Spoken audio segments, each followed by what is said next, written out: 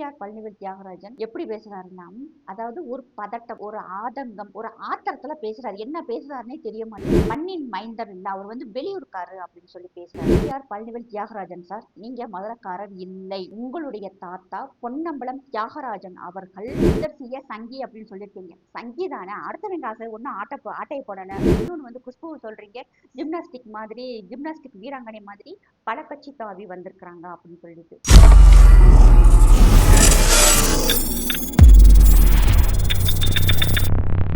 வந்தே மாதரம் சாமானியன் குரல் தேசியவாதிகளுக்கு எனது அன்பான வணக்கங்கள். மதுரை தெற்கு தொகுதியில சுந்தர்சி அவர்களும் திமுகவை சார்ந்த பிடிஆர் பழனிவேல் தியாகராஜன் அவர்களும் வேட்பாளர்களாக நின்றுட்டு இருக்காங்க. இப்ப 2 பேருக்கும் பார்த்தோம்னா வார்த்தை போர் நடந்துகிட்டு இருக்கு.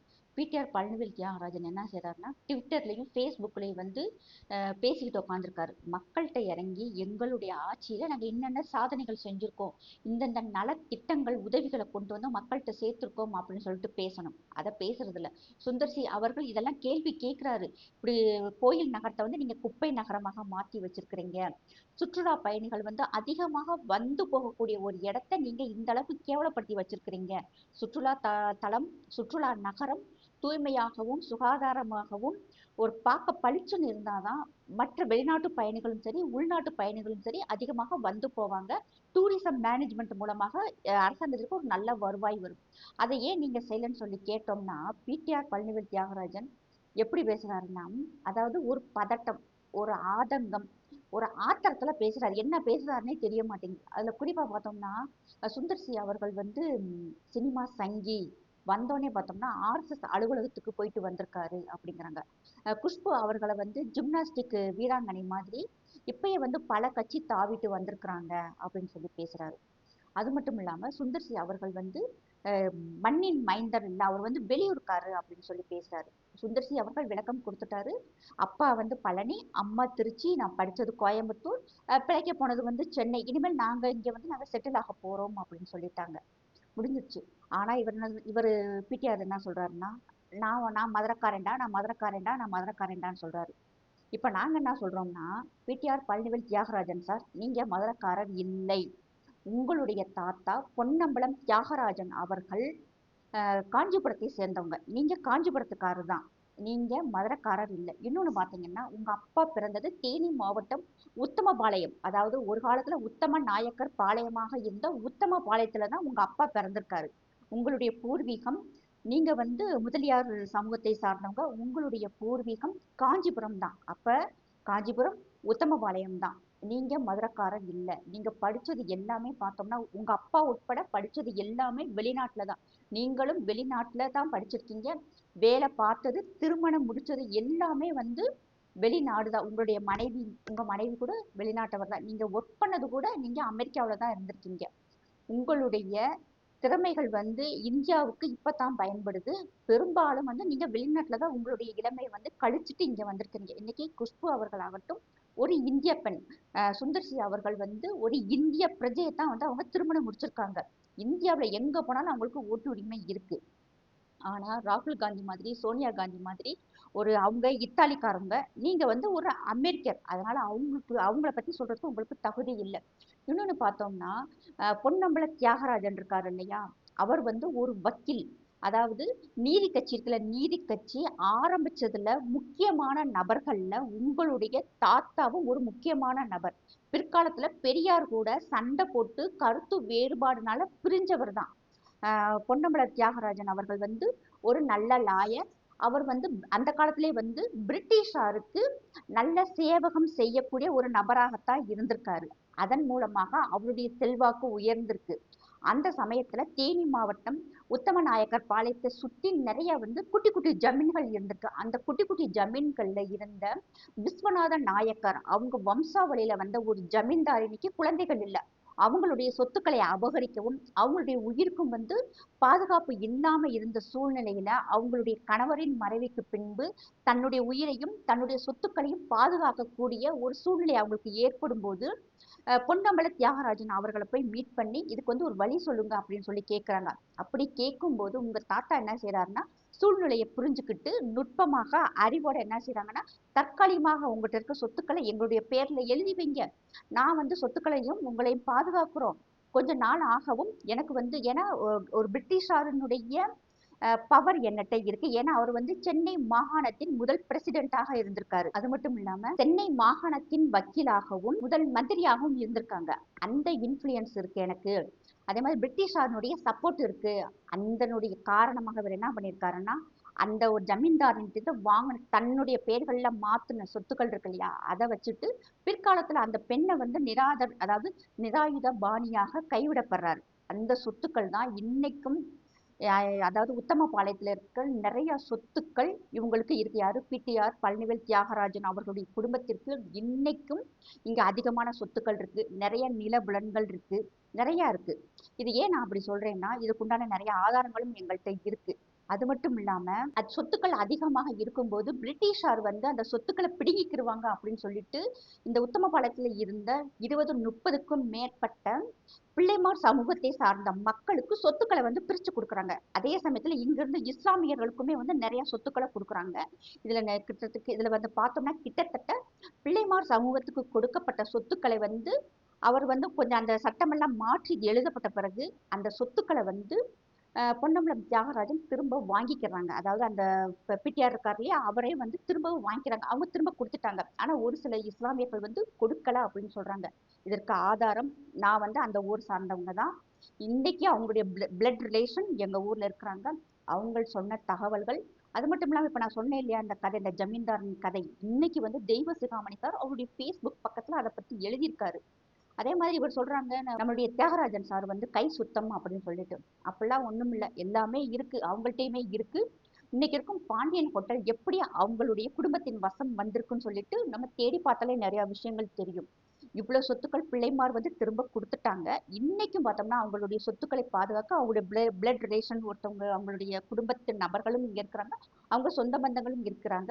கஷ்டப்படும் மக்களுக்கு அவர் எதுவுமே செய்யல. உத்தமபாளையத்துல பிறந்திருந்தாலும் தியாகராஜன் அவர்கள் எங்க ஊர் மக்களுக்கு ₹1 இதுவரைக்கும் செலவழிச்சதே இல்லை. ஒரு ஸ்கூல்களுக்கு வந்து ஒரு நல உதவி திட்டங்கள் கொடுத்ததில்ல, ஒரு ஸ்கூல் கட்டி கொடுத்ததில்ல, படிக்கும் பிள்ளைகளுக்கு அவர் எதுவுமே செஞ்சதில்லை. இதுதான் வந்து உண்மை. இவங்கள்ட்ட இருக்கும் சொத்துக்கள் வந்து இவங்க கஷ்டப்பட்டு உழைச்சு சேர்த்த சம்பாத்தியம் இல்லை. இவங்க வந்து சேர வம்சம், சோழம் வம்சம், பாண்டியர் வம்சம் எல்லாம் இல்ல.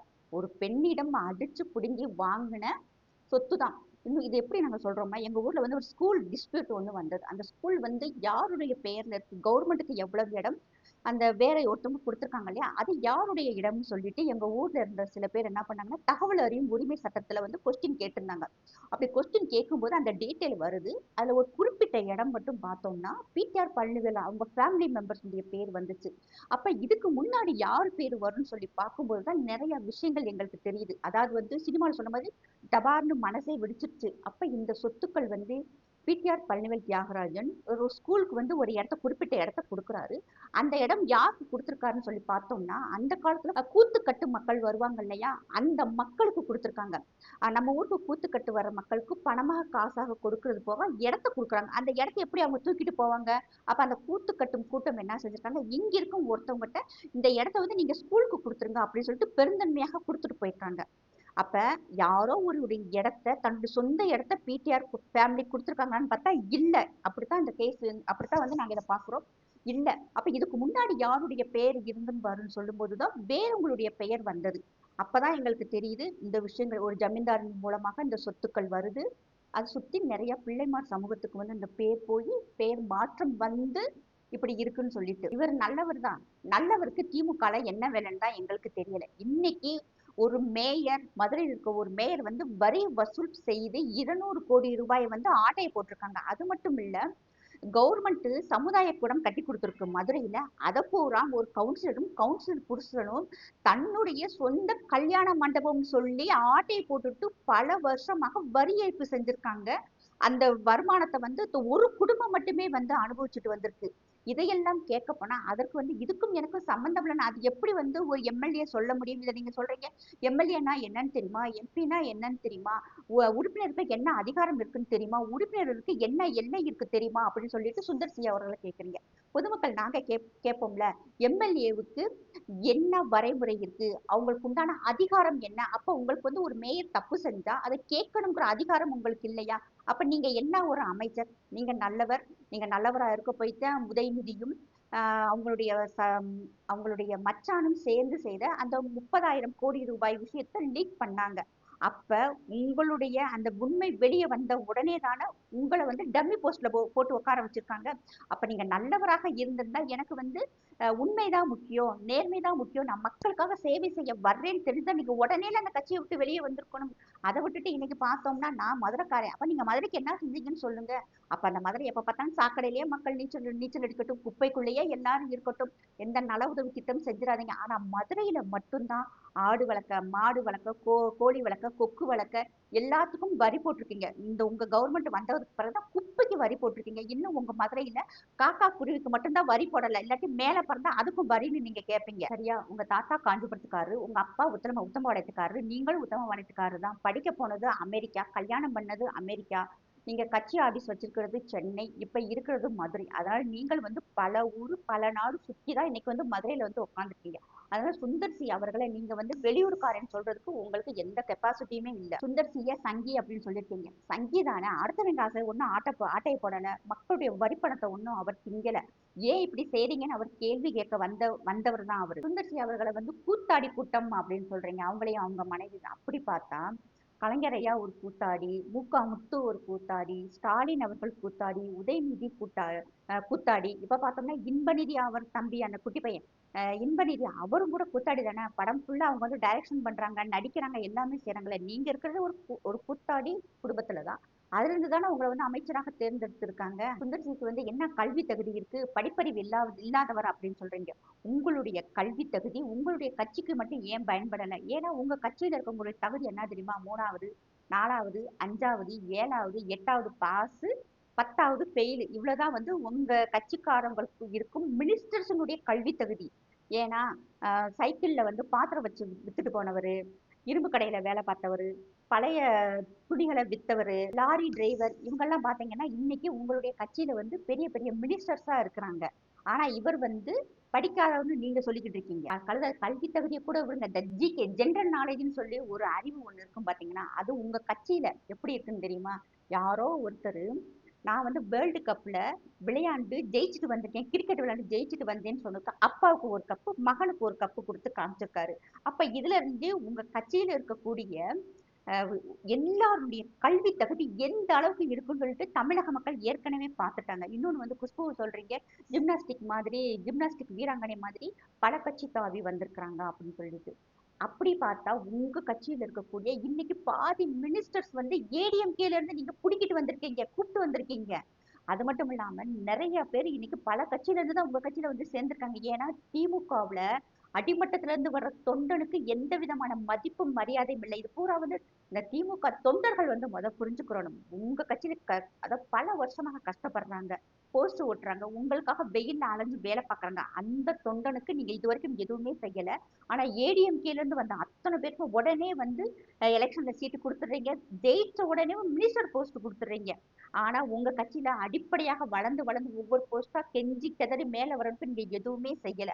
அதனால அதாவது வாய்க்கு வந்ததெல்லாம் பேசக்கூடாது, என்ன ஏதுன்ட்டு. உங்களுடைய ஹிஸ்டரி வந்து இன்னும் அதிகமானது. காஞ்சிபுரம் வரைக்கும் போனோம்னா காஞ்சிபுரத்தை இன்னும் எங்களால் தோண்டி எடுக்க முடியும். இதுல வந்து இல்லைன்னு சொல்லி பிடிஆர் பழனிவேல் தியாகராஜன் அவர்களை மறுத்து சொல்ல முடியாது. இல்லை அப்படின்னு மறுத்தால் மீண்டும் நாங்க வந்து தகவல்களை வந்து தொடர்ந்து கொடுப்போம். ஜெய்ஹிந்த், ஜெய் பாரத்.